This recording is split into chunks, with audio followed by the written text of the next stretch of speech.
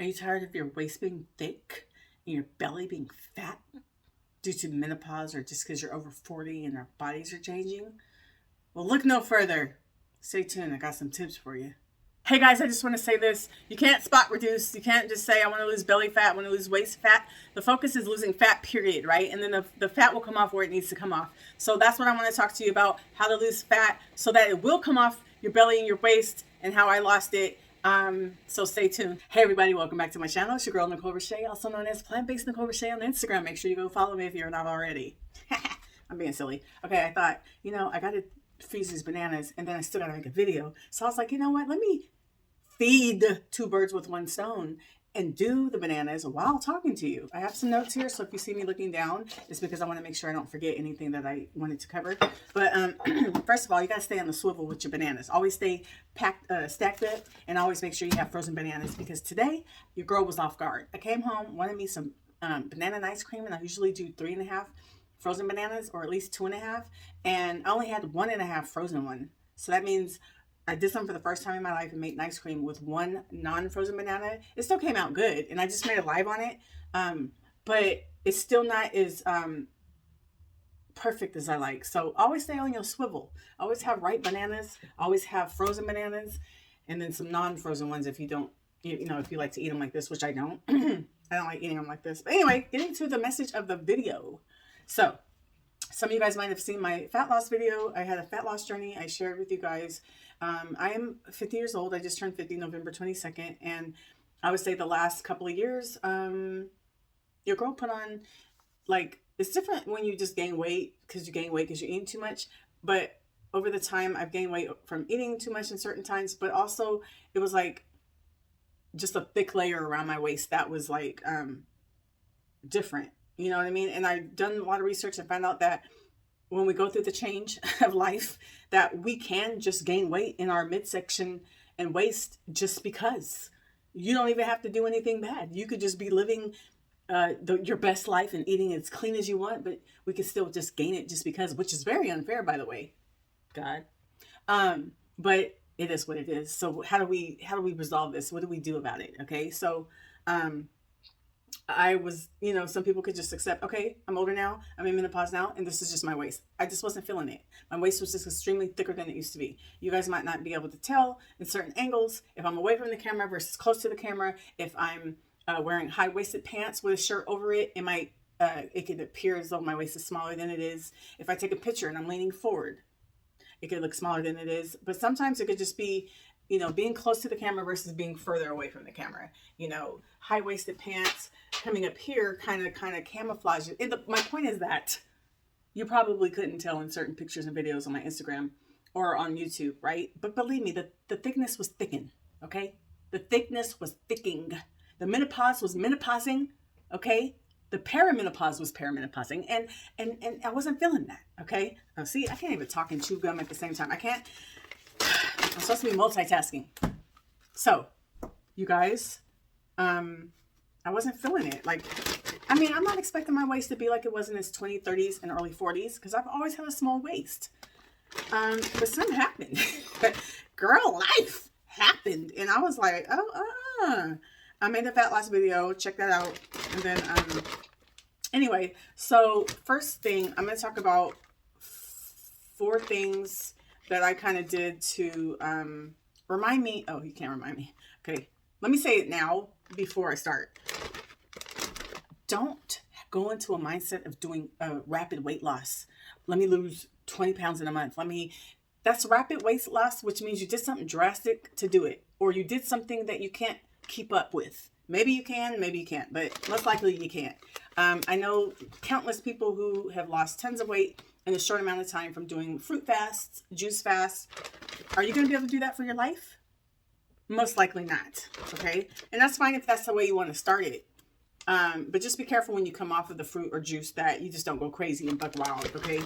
But anyway, my point was that have a mindset of, I want to lose this weight slowly so that I can keep it off, and take your time and don't have a rush, because you just want to do stuff that's that you can keep up. Right. I prefer not to go on a cleanse, or what do you call it? A juice fast or fruit fast to lose weight, because I know I don't want to do that. I want to eat food. I want to eat everything I want to eat. I want to eat variety of stuff. I want to lose weight eating variety. You know what I mean? And I did. And I basically ate the same foods I already eat. And the same foods I've been eating for the last 14 years. I've been plant-based. It's just this time, which brings me to point number one. 20 minutes later, I made sure that I was burning more than I ate. I made sure, AKA a deficit. Deficit means you're burning more than you eat. It doesn't mean you're restricting. It doesn't mean you're only eating 1,200 calories, 1,300 calories. It just means you're burning more than you eat. And I just made a video about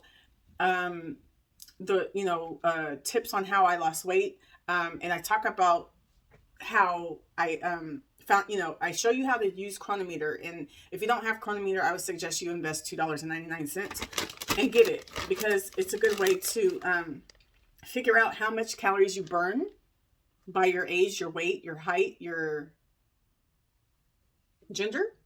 I show you how to input all that information in to find out what your BMR is, to find out how many, if you're lightly active versus very active versus moderately active, to figure out how many calories you burn. I don't want to repeat everything. So go check out that video. It's probably like the second or third video down my video. If you go to videos, or you can go to my fat loss playlist. Okay. It's probably like the first video under my fat loss playlist. Anyway, I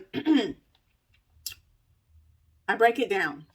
I take you through the day of every time I ate something. I put it in Cronometer. I showed you how to find out how much you burn. Then I showed you how I'm putting my food in, and then I show you how it was a deficit at the end. I think that day I ate around 1,850 calories, I think, and then I burned around 2,100-ish. So I was like in a 300 calorie deficit. So go check that video out so you can find out how. Now this, okay, some people are like, oh, I don't count calories. Okay, good for you if you don't have to do that. But trust me, your body is counting for you. Okay, your body knows. Even if you don't count, even if you aren't into all that, your body knows when it's burning more than it eats, when you're eating more than you burn, or whatever. So sometimes people go to certain diets and it is a drastic decrease in calories from whatever their previous diet is. So they're automatically going to a deficit, not really knowing, right? And I didn't used to know about that. I didn't know what a deficit. I kind of just started learning about it two years ago, to be honest. With a deficit, like meaning you're burning more than you eat. So anyway, that was the number one thing.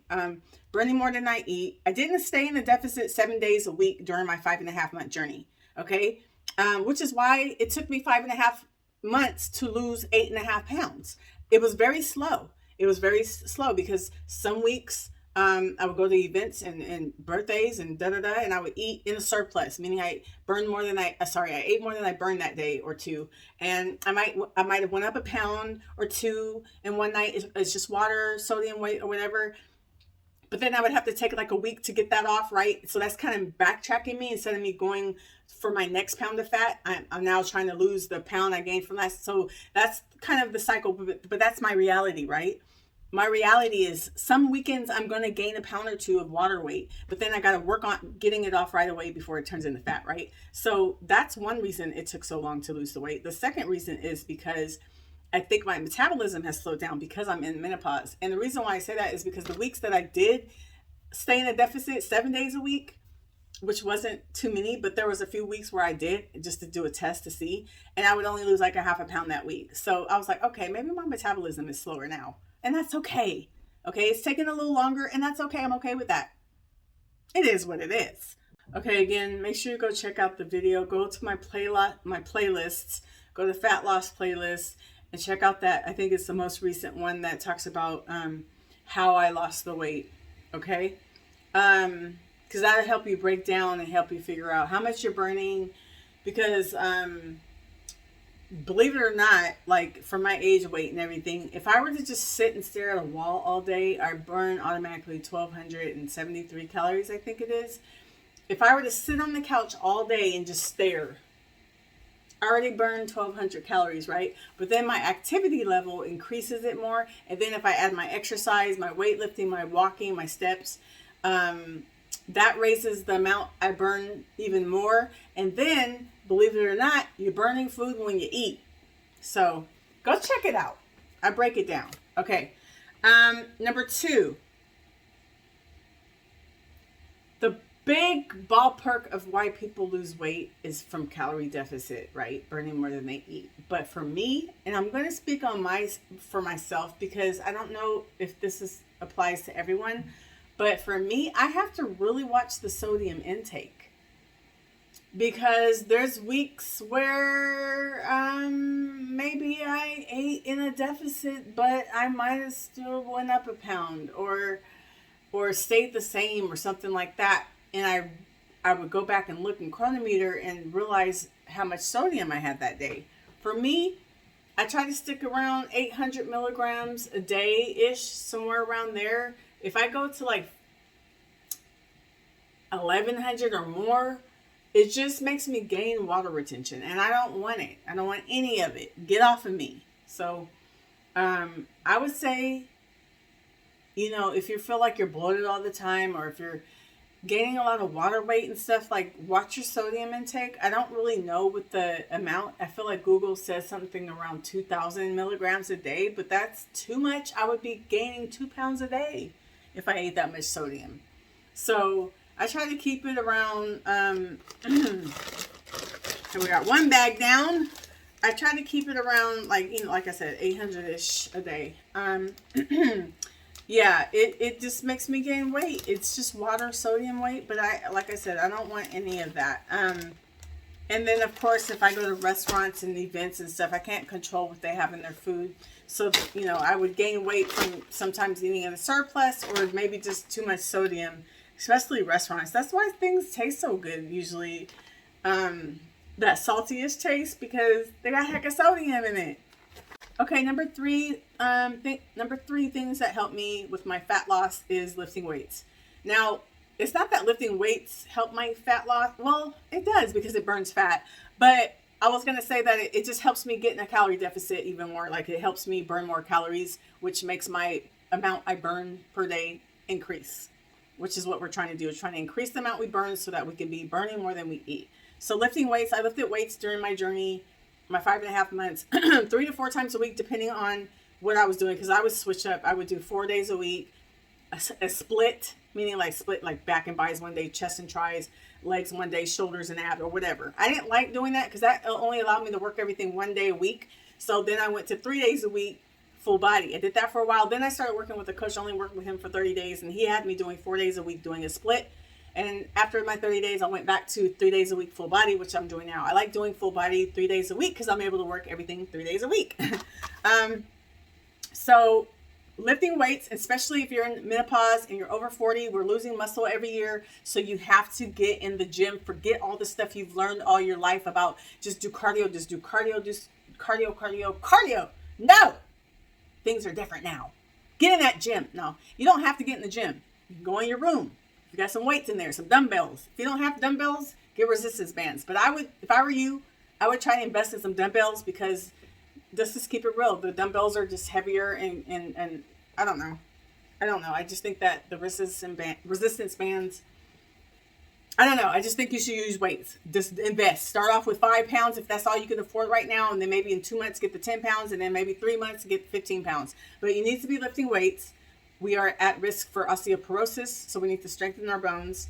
And then also, it's just something I've been researching, that women in menopause or just over 40 and stuff, we just need to be focusing on weights and not so much high intensity anymore. Like, we used to be able to do that. That would help us burn fat, lose fat, sculpt us. And now doing too much high intensity can actually go against everything you learned and make you gain weight, because it can raise your cortisol because your body's feeling stressed from doing the high intensity. I'm like, Lord Jesus, what in the world? Everything's changing. So my advice would just be to focus on, dang. This is the substitute thing calling me. But I already took a job for tomorrow. But I'd rather do this one because this one pays more. But anyway, I'm not going to do that. But focus, Nicole. Oh, so I would say just focus on like weights, lifting weights for all your body parts. Rather do it how you want, split it up, do it all in one day, a couple of times a week. Lifting weights and walking.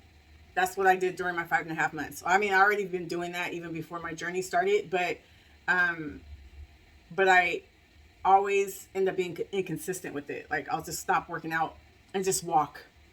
I'll do that. But during my 5.5 months, I was consistent during the whole time. working out three to four times a week and walking. Can't just do walking anymore. Can't just do cardio anymore. And if you are doing cardio, again, stay away from the high intensity. Stick with low, steady state cardio like walking, maybe even a bicycle. I don't know about running. That one, go Google it and see if that's okay for menopause. What else am I thinking? Swimming, I think is good.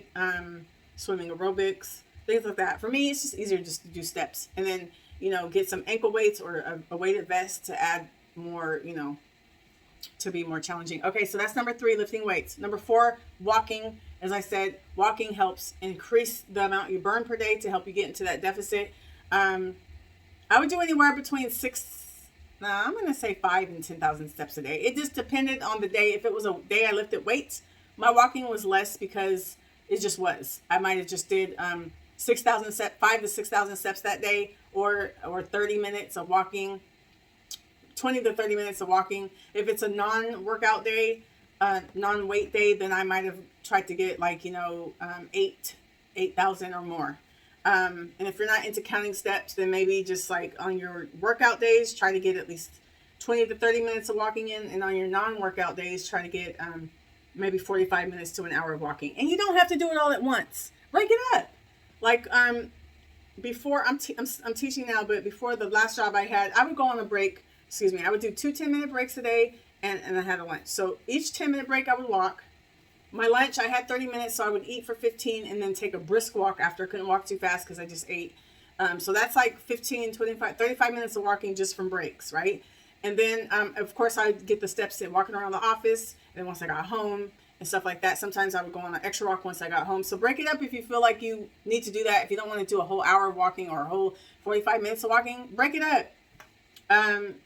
So those are ways to help you get into that deficit. Exercising, movement. If you're a gardener, you're burning a heck of calories. You don't even know. If you're gardening all day, if you're working in a freaking farm, if you're chasing after kids all day, walking back and forth, all these ways are ways of burning calories. That's what you want to do, is make sure you're burning calories, making sure you're burning more than you eat. Again, check out my video on how to figure that out. And then that's pretty much it. So number 1, the main thing is being in a deficit, but and then watching the sodium, okay? And then the lifting weights and the walking are just to help you burn more calories to help that get in that deficit.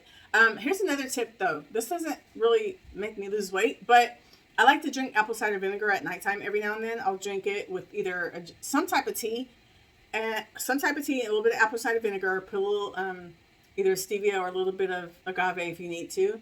I just like drinking it because it's very detoxifying, and I feel like it's detoxifying me overnight and cleansing me. So in the morning, I have a nice, fresh, big bowel movement.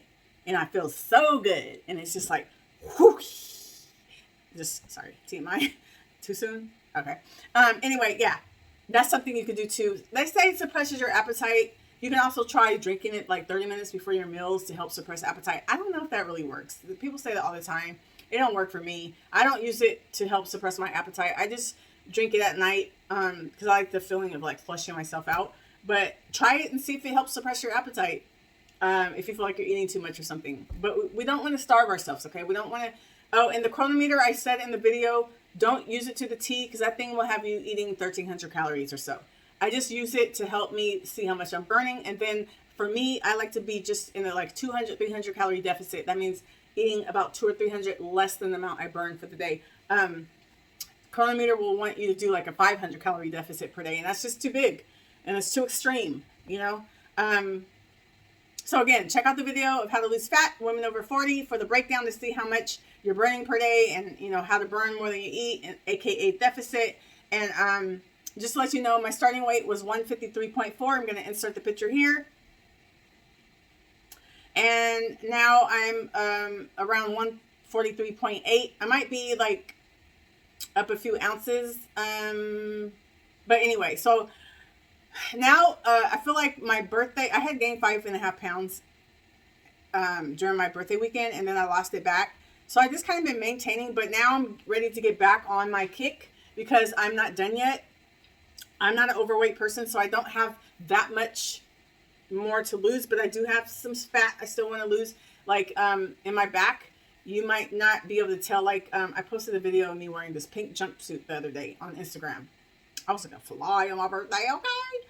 And I did a turn. I turned, but you know, when you turn, you lift up your shoulders, right? That raises that up, so you guys can't see what I'm talking about too much. But I got back fat. Like, if I turn to the side, you can see the line, right? And if I turn back, then it's like, it looks like rolls, and I don't like that. So I'm trying to get rid of that. So I'm still on my journey.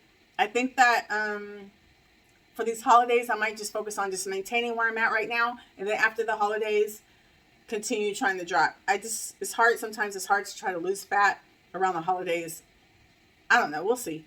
Oh, see, again, got me distracted. So those are a few tips that helped me lose belly fat, waist fat. So anyway, you guys, I hope this was helpful. I hope this was helpful. Comment down below and let me know if this was helpful. Check out my other videos I mentioned. They'll all be in the description below. So all you have to do is go down there and click. And I'll see you guys in the next video. Thanks for tuning in and stopping by. If you made it to the end, write in the comments, I made it to the end. And thank you guys. Share the video if you know anyone else who's struggling to lose fat, especially the belly and the waist, and they're over 40. Share this and share the other videos as well. This is just a random clip of my workout, some of my workouts today, but I wanted to say this. You don't stay in a deficit forever. You know, if what you're trying is not working, just by eating healthily, you might want to go to tracking your food for a while like I did. I had to do that because if I just eat intuitively, I end up eating in a maintenance level, or sometimes I can even eat in a surplus. So I was just tracking just temporarily until I get to my goal. And then once I get to my goal, I will increase how much I'm eating per week